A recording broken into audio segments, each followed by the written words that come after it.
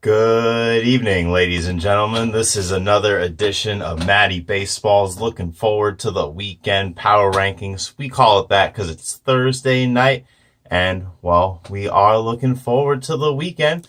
2 weeks ago, we had the Seattle Mariners number one.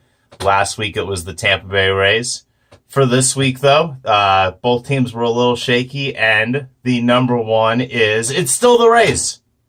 I got you. It's still the race. 16-9, hanging on to number one despite getting swept at home by Boston. They took care of business against the Royals after that, and they'll get another crack at Boston this weekend, this time in Fenway. But we're talking about a possible top five pitching, top five defense with average and maybe even slightly above average hitting, certainly at least the way they've been playing, although now they're without Austin Meadows and Joey Wendell, so we'll see how they hold up. Tyler Glasnow is for real. Blake Snell is awesome still. Just don't let him go to the bathroom alone. Maybe just keep an eye on him if you see him shuffling over there. Anyway, number two, still the Seattle Mariners. This team's been all over the place. They won 6, they lost 6. They won 3, and then they lost 3.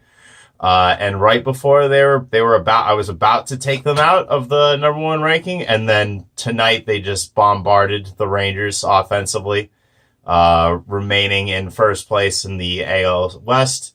They're first in runs, in home runs. This is even before the game tonight. They were still first in runs, home runs, total bases, slugging, 10th in on base. Basically average-ish pitching to go with that. And they actually have 7 more errors than the next closest team. Granted, they've played a little more than most teams, but it's a flawed team. But they're hitting home runs, So it's fun to watch. We'll see how much longer it lasts. But they are still my number 2 team, alas. Number 3. We got the Los Angeles Dodgers, 16-11. Just offensive juggernaut, pretty much. Cody Bellinger, MVP of the league so far, I think pretty easily. Rotations had some problems, but overall not too bad. Ross Stripling's having a great year. And,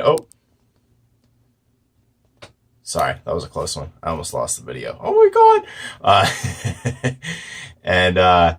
Yeah, Clayton Kershaw just got back. He's had a couple starts under his belt, looking pretty good so far. So, still a really good team.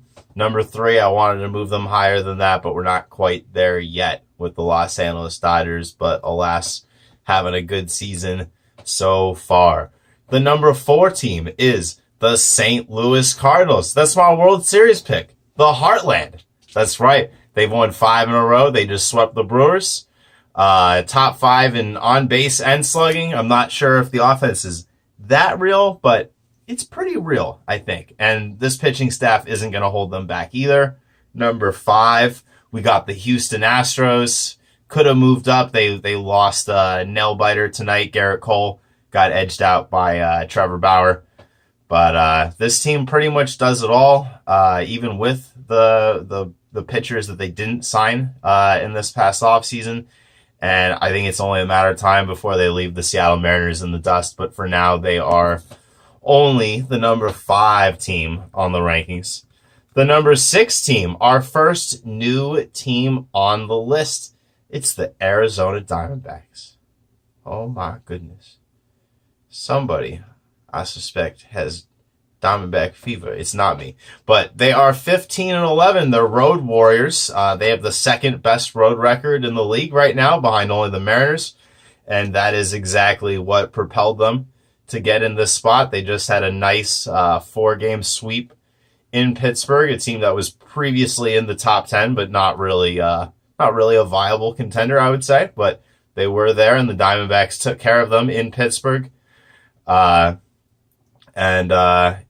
Momentum's got them in the top 10. We'll see. Can it get much higher?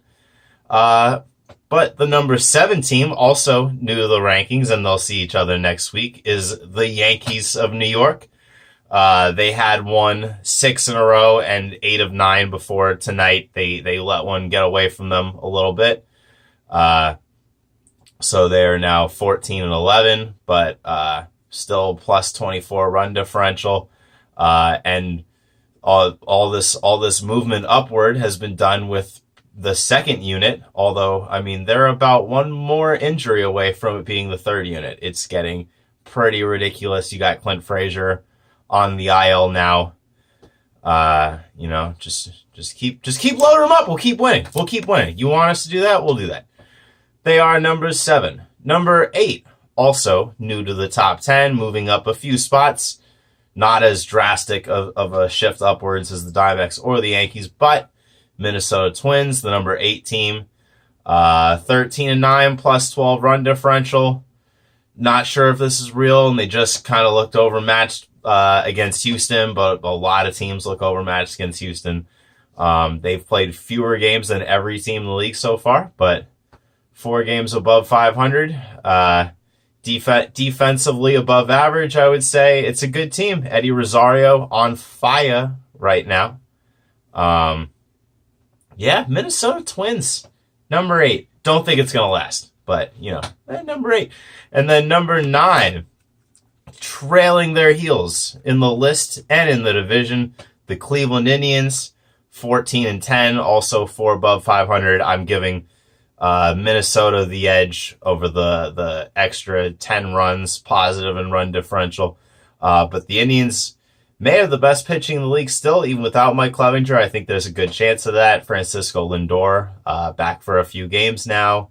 He's looked pretty good so far. Jose Ramirez also showing signs of life. I expect them to rise more in the next couple of weeks, but I cannot put them any higher right now than the number 9 slot.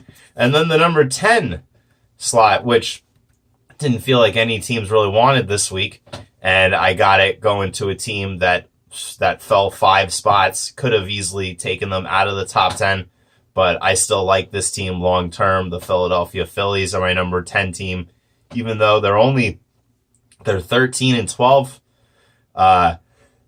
Excuse me. Could have very easily moved them out of the top 10 entirely in favor of San Diego, or maybe even the Mets in their own division, but I gave the Phillies the benefit of the doubt still because of run differential, and long term, I definitely like them the most out of those teams.